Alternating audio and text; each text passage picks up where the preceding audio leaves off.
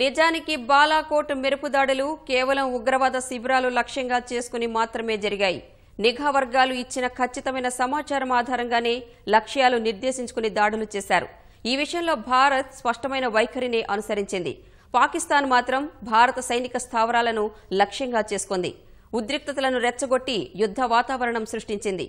ఆ ప్రయత్నాలకు దీటుగా ఎదుర్కొని వారి కుట్రలను విఫలం చేసినట్లు ఢిల్లీ నాయకత్వం ప్రకటిస్తోంది.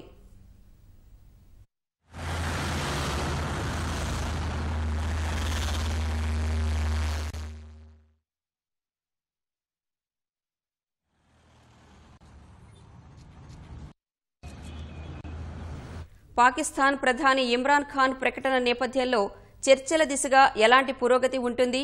ఉగ్రవాదాన్ని పాక్ కట్టడి చేసే వరకు చర్చల ప్రసక్తే లేదన్న భారత్ ఈ ప్రతిపాదనకు ఎలా స్పందిస్తుంది? భారత్ పైలట్ ని విడుదల చేయడం ఇరు దేశాల మధ్య శాంతియుత వాతావరణానికి దారి తీస్తుందా? ప్రస్తుతం దేశంలోనూ అంతర్జాతీయంగానూ ఇవే ప్రశ్నలపై చర్చ జరుగుతోంది. అయితే తక్షణం ఉగ్రవాదాన్ని అణిచివేసే దిశగా పాకిస్తాన్ ఖచ్చితమైన చర్యలు తీసుకుంటే తప్ప చర్చలకు అవకాశమే లేదని భారత ఉన్నత స్థాయి వర్గాల నుంచి అందుతున్న సమాచారం. పాకిస్తాన్కు అంతర్జాతీయ సమాజానికి కూడా భారత్ ఇదే సందేశం పంపినట్లు తెలుస్తోంది.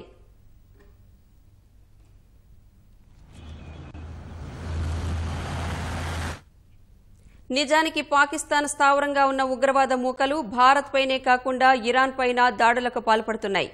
అందుకే దౌత్యపరంగా ఇరాన్తో సమన్వయం చేసుకుని అంతర్జాతీయ సమాజం మద్దతు కూడగట్టాలన్నది నిపుణుల సూచన. పాక్ను ద్వైపాక్షిక చర్చల్లో కూర్చోబెట్టి ఉగ్రవాదుల కార్యకలాపాలకు ఆశ్రయం ఇవ్వకుండా, రక్షణ కల్పించకుండా చూడాలన్నది విశ్లేషకుల అభిప్రాయం. అమెరికా వంటి అగ్రరాజ్యం నిజంగా ఒత్తిడి చేస్తే పాక్ మొండిగా వ్యవహరించలేదన్నది వాస్తవం. అందుకే అమెరికాతో వ్యూహాత్మక మైత్రిని భారత్ ఓ అవకాశంగా మలుచుకుని దౌత్యపరమైన చర్చలు జరిపేలా పాక్ మెడలు వంచాలన్న అభిప్రాయం వ్యక్తమవుతోంది. ప్రస్తుతానికైతే ఇమ్రాన్ ఖాన్ తీసుకున్న నిర్ణయంతో శాంతి చర్చలకు మార్గం సుగమమైనట్లు కనిపిస్తున్నా ఎంతవరకు సానుకూల ప్రభావం చూపుతుందో వేచి చూడాల్సిందే.